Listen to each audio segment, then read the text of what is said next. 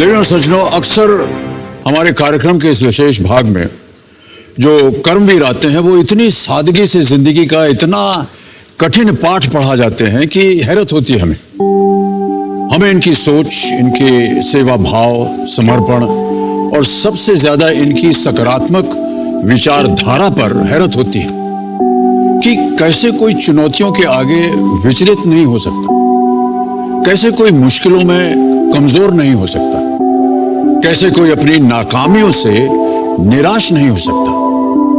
और शायद यही तो वो खूबी है जो इन्हें एक आम इंसान से कर्मवीर बनाती है। और यही खूबी है हमारे आज के कर्मवीर नवीन गुलिया में।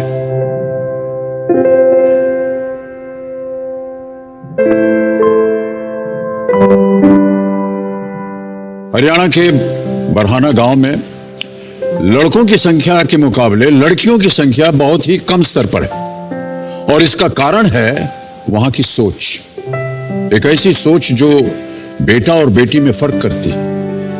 नवीन ने न केवल इस सोच में बदलाव लाने की कोशिश की बल्कि वहां के जरूरतमंद बच्चों के लिए सम्मान और हक से जीने का माहौल भी पैदा कर दिया। इन बच्चों को अपने पैरों पर खड़ा होना या खड़े होने सिखाने वाले नवीन, देवियों सज्जनों, खुद अपने पैरों पर खड़े नहीं हो सकते, वो चल नहीं सकते।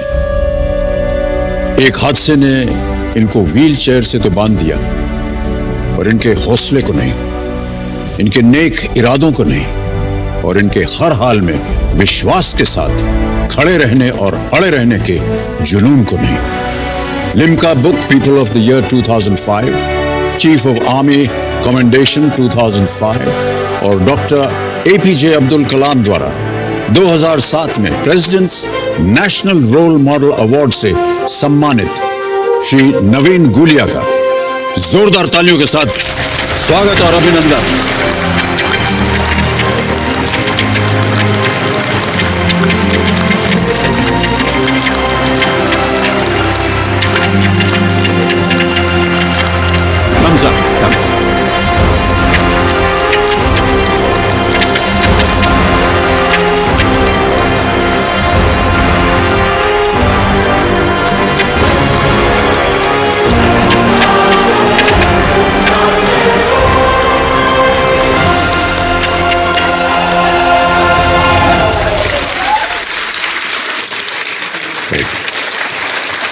देवियों सज्जनों, नवीन जी मेरे सामने विराजमान, ये हमारे लिए बड़े गर्व की बात है नवीन जी कि आज आप हमारे साथ हैं। आप हम सब के लिए एक बहुत बड़े प्रेरणा स्रोत हैं और इतना नेक काम आपने किया है और करते रहे हैं।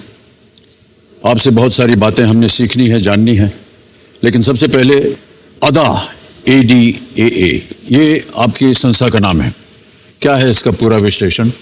इसका फुल फॉर्म है अपनी दुनिया अपना आशियाना, क्योंकि हम अपने घर को अपना घर समझते हैं, इस संसार को अपना घर नहीं समझते। हम अपने बच्चे को अपना बच्चा समझते हैं, लेकिन वो सड़क पे भीख मांग रहे बच्चे को अपना बच्चा नहीं समझते।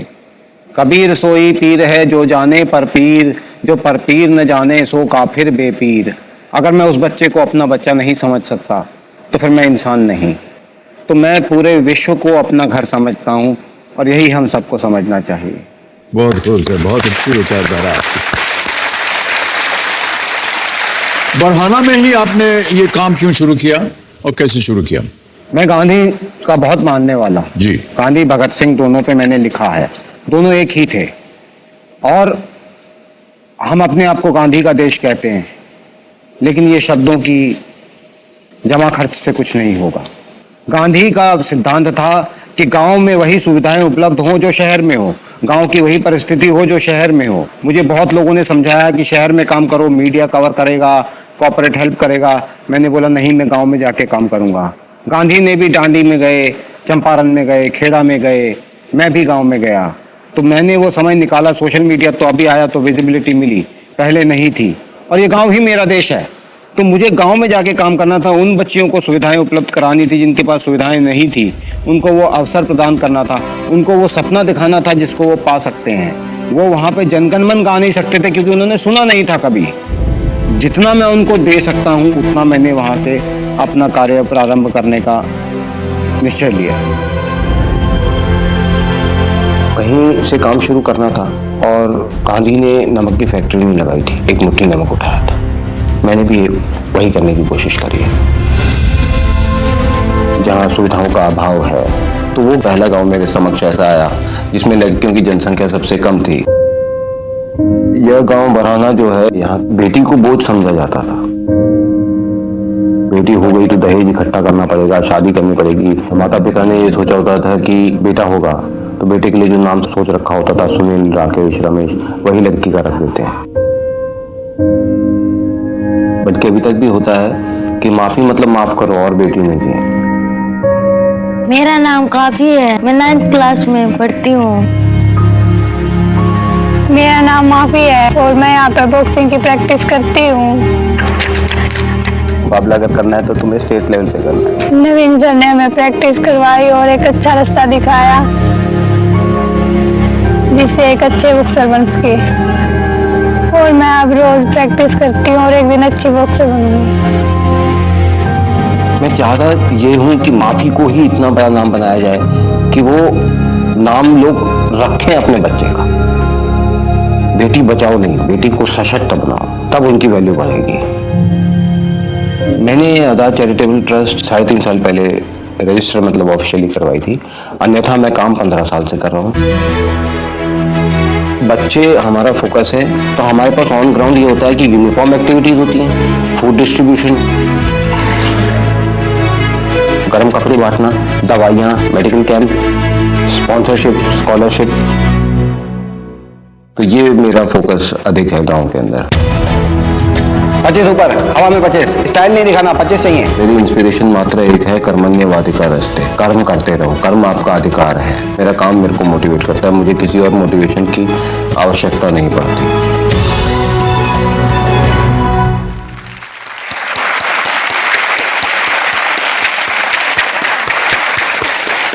आपने देखा नवीन जी कि आपके गांव में और हरियाणा खास तौर से उस क्षेत्र में बेटियों के साथ जो एक मतभेद सा एक चल रहा है, वो उनके हालात कैसे थे? इतिहास से महिलाओं की संख्या कम रही है, इसीलिए स्वयंवर होते थे, क्योंकि लड़कियां कम होती थी तो लड़कों को लड़ना पड़ता था आपस में शादी करने के लिए। यह हमेशा से कम था। वर्तमान की समस्या नहीं है। अब इस समस्या को सुलझाने में हमें 100 साल लगेंगे अगर हम पूरा एफर्ट लगा दें तो।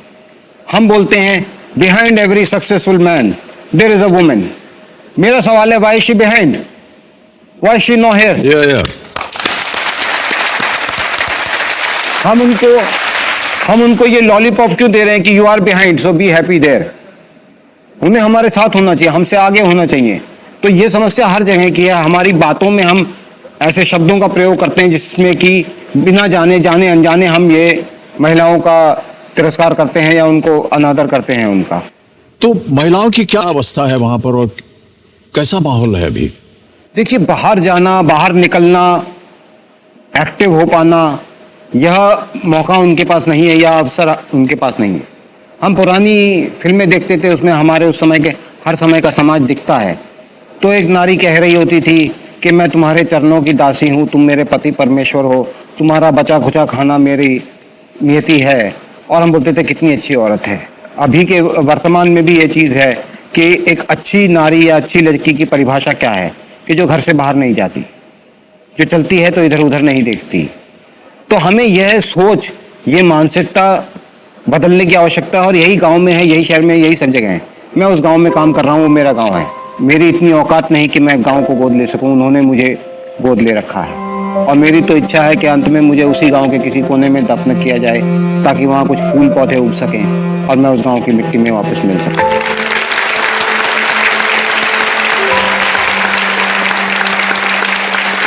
राह है कठिन बड़ी परिस्थिति निरुद्ध है, जीवन है ये युद्ध है, ये युद्ध है, ये युद्ध है।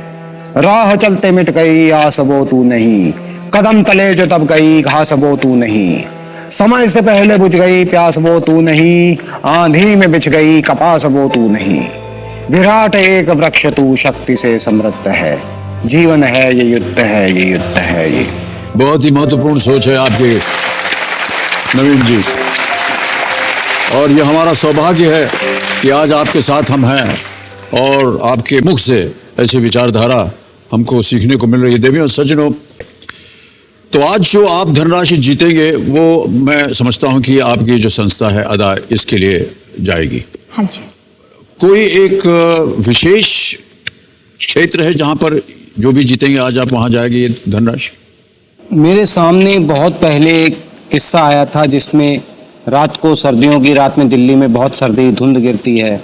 मैं बाज़ार से निकल रहा था और एक छोटी बच्ची 2 साल की रही होगी, वो आधे कपड़ों के साथ खड़ी हुई थी उस ठंड में, नंगे पैर और अर्धनग्न। तो उसको रोता हुआ देख के मैं तुरंत रुका और मैंने देखा कि ये किसके साथ है ये। तो तुरंत 2-4 बच्चे आए, उसको भीख मांगने के लिए लेके आए थे, वहाँ पे वो उठा के भाग गए और मैं उसकी मदद नहीं कर सका। मुझे वो दिन है जब मुझे लगा कि अब कोई बहाना नहीं चलेगा, काम करना है। और वो बच्ची शायद उसको उन्होंने फिर कहीं छोड़ दिया होगा। तो उसकी ग्लानि को अपने दिल में लेकर मैं चल रहा हूँ, क्योंकि वो ऑर्फन होने की वजह से ज़रूरी नहीं है कि उसको आवश्यकता हो सकता है उसके रिश्तेदार अच्छे हों। बहुत सारे अन्य कारण हैं, घर में शोषण होता है, अलग जगह होता है। जो बच्चियां एक जगह सुरक्षित माहौल में रह के पढ़ सकें, स्पोर्ट्स कर सकें, तो वो जगह मैं बना रहा हूँ, वहाँ ईंटें डाल रहा हूँ और यहाँ से जो धनराशि मिलेगी उससे इन सर्दियों से पहले मैं उसको बनाना चाहता हूँ। वाह, बहुत खूब। Naveen ji, you were training to be an army officer, army में आप भर्ती होना चाह रहे थे और मैं ऐसा मानता हूँ कि क्योंकि आपने देखा कि आपके पिताश्री भी फौज में है तो शायद आपको लगा कि आपको फौज में भर्ती होना चाहिए, लेकिन वहाँ एक दुर्घटना हो गई आपके साथ। मैंने 4 साल ट्रेनिंग करी, 3 साल राष्ट्रीय रक्षा अकादमी में और 1 साल सैन्य अकादमी में, और उसके अंत में एक बाधा दौड़ होती है, इन्फेंट्री पैदल बाधा दौड़। तो मैं कैप्टन था टीम का। संयोगवश उस आखिरी दिन तीसरी ऑब्स्टेकल पे मुझे एक धक्का लगा और मैं गिर के मेरे गले की हड्डी टूट गई, जिससे पैरालिसिस हो गया कंप्लीट। तो क्योंकि बॉडी फील नहीं हो रही थी तो मुझे लग रहा था शायद मैं मर गया हूँ। आसमान दिखाई दे रहा था, लगा स्वर्ग कुछ ऐसा होता होगा, रास्ते में होऊंगा। लेकिन फिर डॉक्टर भाग के आए और उन्होंने मुझे वहाँ से लेके गए। और क्योंकि ये मुझे आखिरी दिन चोट लगी, अगर किसी और दिन लगती तो मैं ना बचता। वहाँ पे एक डॉक्टर और एम्बुलेंस खड़े हुए थे, जिसकी वजह से मैं बच गया। और मैं कमांडो बनना चाहता था, देश की रक्षा करना चाहता था, लेकिन मेरी लड़ाई शायद कहीं और लिखी थी, इसलिए नियति ने कहा कि वहाँ नहीं, यहाँ जाओ, और उस रास्ते पे मुझे निकाल दिया। 2 साल आप थे अस्पताल में नवीन जी, 2 साल। कैसे आपने अपने समय बिताया? मैं कठिनाइयों के लिए तैयारी कर रहा था। कमांडो बनने के लिए मैंने चूज़ किया था। पैरा जंपिंग, स्काई डाइविंग वो मैं कर चुका था और लाइफ में चैलेंज के लिए मैं तैयार था। मुझे पता था कुछ हो सकता है। लेकिन जब ये चोट लगी और डॉक्टर्स ने कहा कि 3 दिन जीवित रहने का चांस भी कम है, तो मैं कभी भी हार की तरफ नहीं देखता। मैं हमेशा जीत की तरफ देखता हूँ, और अगर एक कदम भी मेरा होता है तो वो जीत की तरफ ही होता है। हार अपना ध्यान खुद रखे। फिर जब मैं हॉस्पिटल में था तो समय काटना, उस टाइम में टेलीविज़न या इंटरनेट या कोई ऐसी चीज़ नहीं थी जी। तो मैं अपने मन में जो लाइफ सपोर्ट डिवाइस होती है उसमें एक बीप बीप करके साउंड आ रहा था, मैं उस साउंड को काउंट करता था 1600 तक।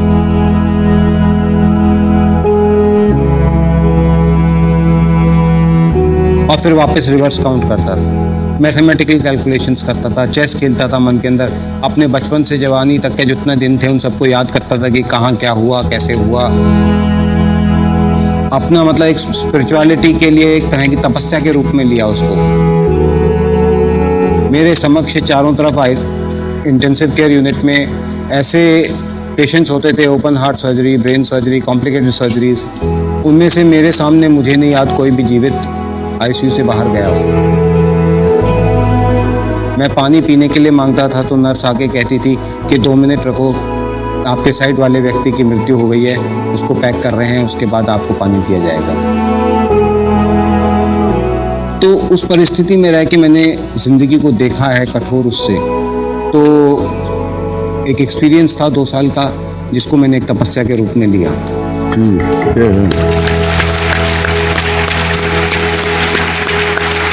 कर्नल साहब, आपसे जानना चाहूंगा कि जब नवीन का ये एक्सीडेंट हुआ तो आप लोगों पर क्या बीती और आपने क्या सोचा? चोट लगी तब आप जानते हैं कि एक माँ के लिए, फादर के लिए कितना बड़ा आघात होता है।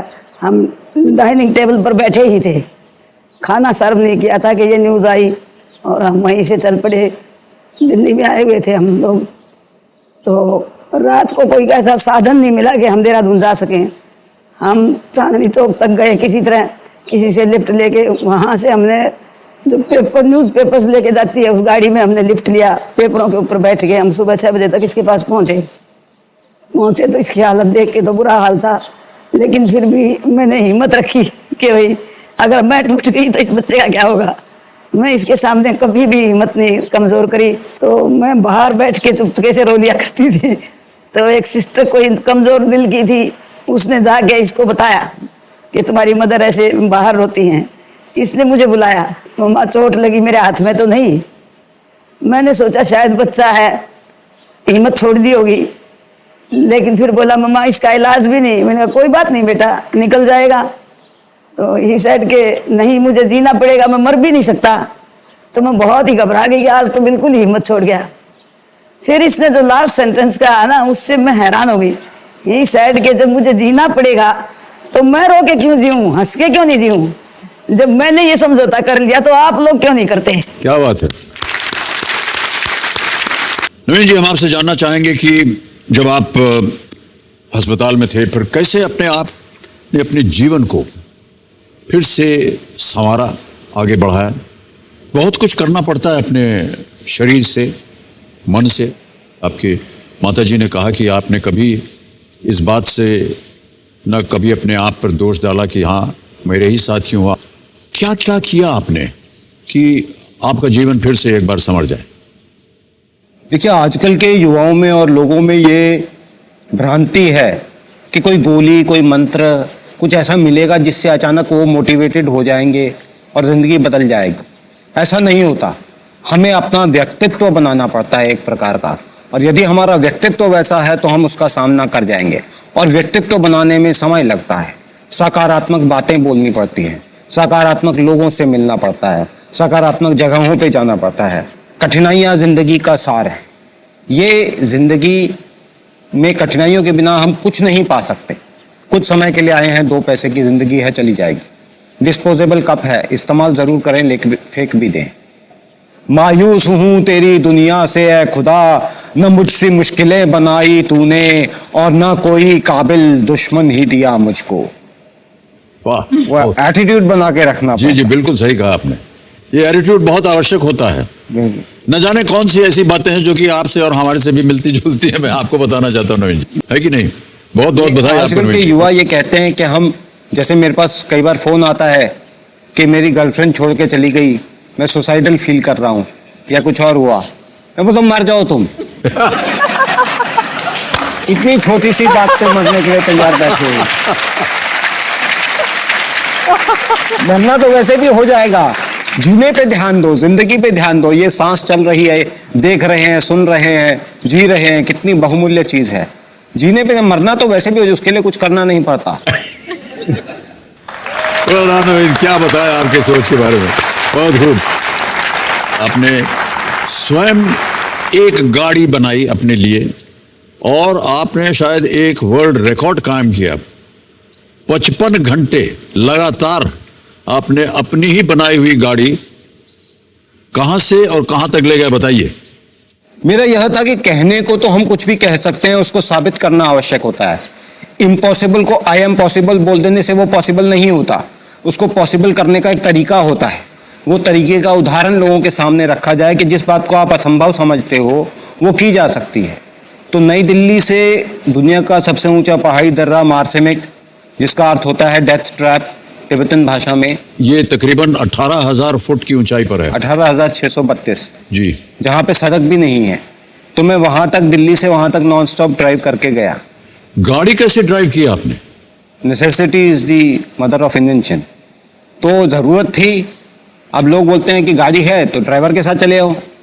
भाई ड्राइवर के साथ लेके डेट के लिए थोड़ी जाऊंगा, खुद चलाऊंगा तभी तो जाऊंगा।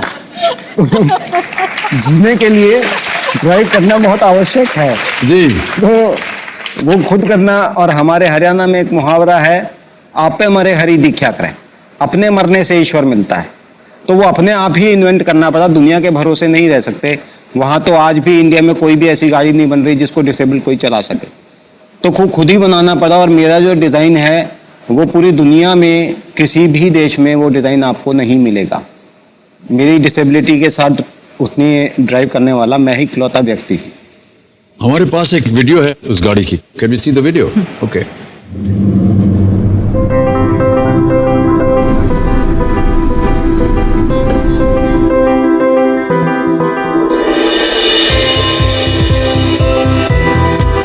इसका क्लच का अरेंजमेंट इस टाइप से दिया है कि एक ही लीवर पुल करेंगे तो ये अपना क्लच पूरा प्रेस हो जाएगा। क्लच प्रेस हो गया, देन गियर शिफ्ट किया हमने और क्लच को धीरे धीरे छोड़ देंगे तो ये अपना क्लच वाला फंक्शन और ये गियर वाला फंक्शन पूरा हो जाएगा। दूसरा, ब्रेक और एक्सीलेटर का अरेंजमेंट हमने लेफ्ट हैंड में दिया है कि इसको पुल करेंगे तो ये अपना एक्सीलेटर वर्क करेगा और इसको अपोजिट डायरेक्शन में पुश करेंगे तो ये अपना ब्रेक वाला फंक्शन पूरा होगा। स्टीयरिंग में ग्रिपिंग पावर नहीं होने की वजह से हमने एक नया डिजाइन किया स्टीयरिंग नॉब। इसको सिंपली हाथ यहाँ डाल के इस हथेली से इसको रोक के रखना है और अपने को अपनी रिक्वायरमेंट के हिसाब से स्टीयरिंग को हम आराम से बिना ग्रिपिंग पावर के भी मूव कर पाएंगे।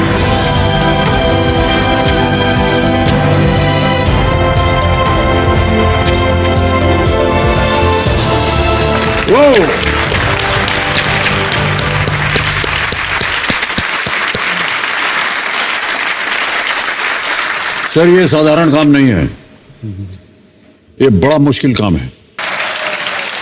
सर ये बड़ा मुश्किल काम है और जिस तरह से डिजाइन किया है ताकि आप ग्रिप नहीं कर सकते तो ग्रिप करने के लिए स्टीयरिंग, कोई भी मेरी उंगली काम नहीं करती है लेकिन मैं 5 कंट्रोल्स को एक साथ कंट्रोल कर रहा हूँ तो और करने सब से हाथ हर से। कार्य हो जाता है। सब हाथ से कार्य हो जाता है।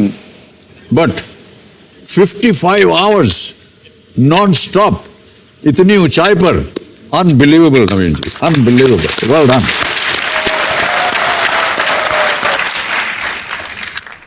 नवीन जी, हमने सुना है कि आप स्कूबा डाइविंग भी करते हैं, यानी कोई चीज आपने छोड़ी नहीं है। नहीं, जीवन में क्यों छोड़ना। इसके स्कूबा डाइविंग कैसे करेंगे आप? बेसिक ग्रेविटी वही होती है कि अगर मैं इसके चेयर के साथ अंदर जाता हूँ, मैं स्विमिंग पहले भी करता रहा हूँ, कॉम्पिटिटिव स्विमिंग मैंने चोट लगने से पहले करी जी। तो इसलिए मुझे पता है कि वो टॉपल हो सकती है, ये हो सकती है, उसका वेट कंट्रोल करना कि उसका वेट सही जगह आए ताकि व्हीलचेयर सीधी रहे।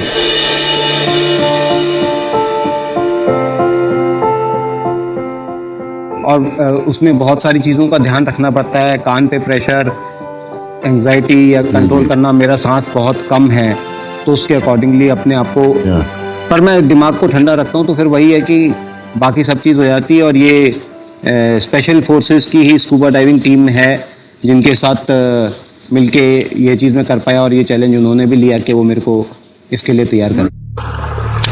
थोड़ा सा भी अनकंफर्टेबल लग रहा है, ऊपर आ जाएगा।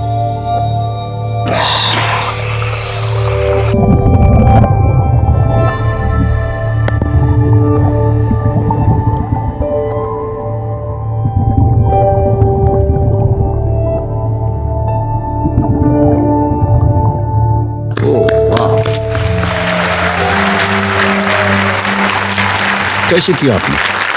देखिए सर, ज़्यादातर लोग यही करते हैं कि वो कोई उद्देश्य बनाते हैं, फिर सोचते हैं ये होगा कैसे, और फिर उनको सारे जवाब नहीं मिलते तो वो नहीं करते कि मेरे लिए अमिताभ बच्चन बनना असंभव है, वो ये समझते हैं। पर भाई जहाँ से वो शुरू हुए थे वहाँ से आप भी शुरू करो। तो अगर हम किसी निर्णय को लेते हैं वो देखने में पता लगेगा, लेकिन जब वहाँ पहुँच जाएंगे तो आप उसका तरीका भी निकालना शुरू कर देंगे एक एक कदम करके। सचिन तेंदुलकर ने कभी ये नहीं सोचा कि मैं 10,000 रन, ये अगली बॉल के बारे में देख रहे थे तो वो एक एक बॉल करके वहां पहुंच गए।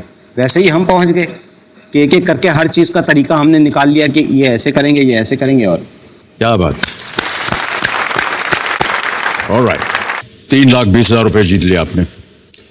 समय की अब कोई पाबंदी नहीं है अगले प्रश्नों के लिए। तीनों लाइफलाइन आपकी बची हुई है। हमारा ये जो 16वां प्रश्न है 7 करोड़ रुपए का, इसका द्वार खुल जाएगा। और नवीन जी, मैं आपसे जानना चाहूंगा कि आपने बहुत सारे ऐसे बच्चों की मदद की है जो कि जिन्हें हम कह सकते हैं स्पेशली एबल्ड या दिव्यांग हैं, क्या करते हैं आप उनके लिए? देखिए, हमारे अगर दो बच्चे अपने भी हों तो दोनों की रिक्वायरमेंट अलग होती है। हम एक ही चीज़ दोनों के लिए नहीं कर सकते। तो हम एक सीमा में अपने आप को बांध के रखें कि हम इन्हीं ज़रूरतों की जो है उनको एड्रेस करेंगे, तो ये सही बात नहीं। बच्चा आपके पास आता है तो उसकी जो ज़रूरत हो उसके अनुसार आप उसकी मदद कीजिए। जैसे हमारे पास ये बच्चा सनी जब आया, छोटा था, उसका एक पैर नहीं था, एक हाथ नहीं था और एक पैर मुड़ा हुआ था, तो सिर्फ मात्र एक हाथ था उसका। ये पैदाइशी था या किसी हादसे की? पैदाइशी जन्म से था। मैं सन्नी सुलोदिया गुड़गांव के भांगरोला गांव का निवासी हूं। जब मैं हुआ था तो बाय बर्थ ही मुझे राइट आर्म और लेग में कॉन्जेनिटल डेफिशिएंसी थी। तो इतना खुश बच्चा था कि मैं जानता था ये सफल होगा, तो मैंने सिर्फ उसको टाइम टाइम पे कभी कंप्यूटर, लैपटॉप, वो क्लास में हमेशा 9.7 CGPA लेके फर्स्ट आया। अभी ग्रेजुएशन कर रहा है दिल्ली यूनिवर्सिटी के कॉलेज में और वो आगे ज़िंदगी में बहुत अच्छा करेगा। जब मैं 10 साल का था तब तक मैं घर में ही रहता था। मैंने 6 साल की उम्र में स्कूल जाना शुरू किया। जब मेरे पास प्रोस्थेटिक नहीं था तो मैं काफ़ी कन्फाइंड था घर के स्पेस तक ही, तो मेरे को क्रॉल करके ही चल पाता था मैं। तो मैं प्रोस्थेटिक के लिए नवीन अंकल से मिला और उन्होंने मुझे सजेस्ट किए जर्मनी के प्रोस्थेटिक्स, और उन्होंने मेरे को जर्मनी के प्रोस्थेटिक्स दिलाए। पहले की लाइफ बहुत ही कन्फाइंड थी और अभी काफ़ी इंडिपेंडेंट है, अराउंड 100%।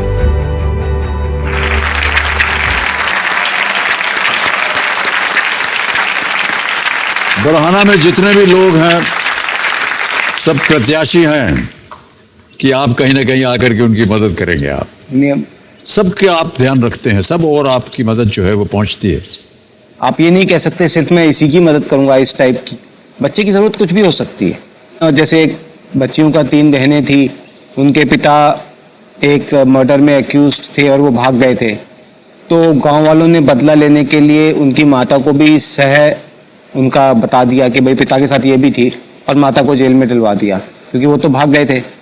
फिर उन बच्चियों ने ट्यूशन लेके अपनी क्लास चलाने की कोशिश करी कि अपना गुजारा हो जाए, तो गांव वालों ने उनको बहिष्कार कर दिया कि भाई इनके घर कोई अपने बच्चे नहीं भेजेगा पढ़ने के लिए।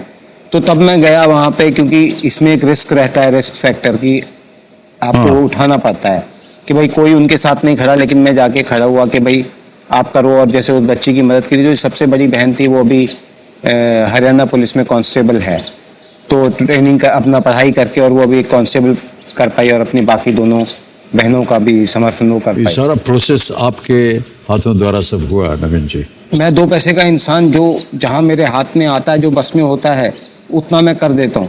मैं ईश्वर नहीं, ला इलाहा इल्लल्लाह, ईश्वर के सिवा कोई ईश्वर नहीं। मैं इंसान हूँ, मैं इंसान का काम उतना अदा कर रहा हूँ, बस यही मेरा। बहुत खूब सर, बहुत खूब। और दीपा जी, कनो साहब, निर्मला जी, बहुत बहुत धन्यवाद आपका भी। जाने से पहले नवीन जी एक चीज अपनी तरफ से, अपने मन से कोई बात बताना चाहें हमारे दर्शकों के लिए। लोग कहते हैं कि समाज सेवा करके या दूसरों को देके समाज सेवा करके उनको खुशी मिलती है।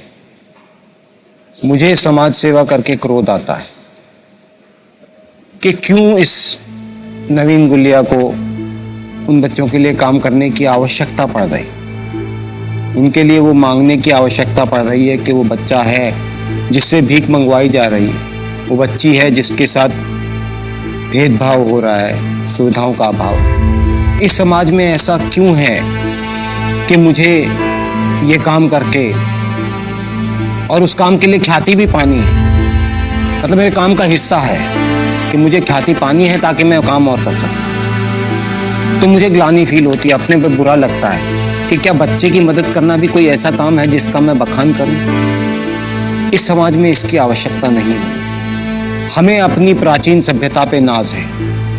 ऐसा न हो कल को हमारे बच्चों को हमारी बनाई सभ्यता पे लज्जा आए। हमें एक बेहतर समाज बनाना, यह मेरा संदेश। बहुत खूब सर, बहुत अच्छी बात है।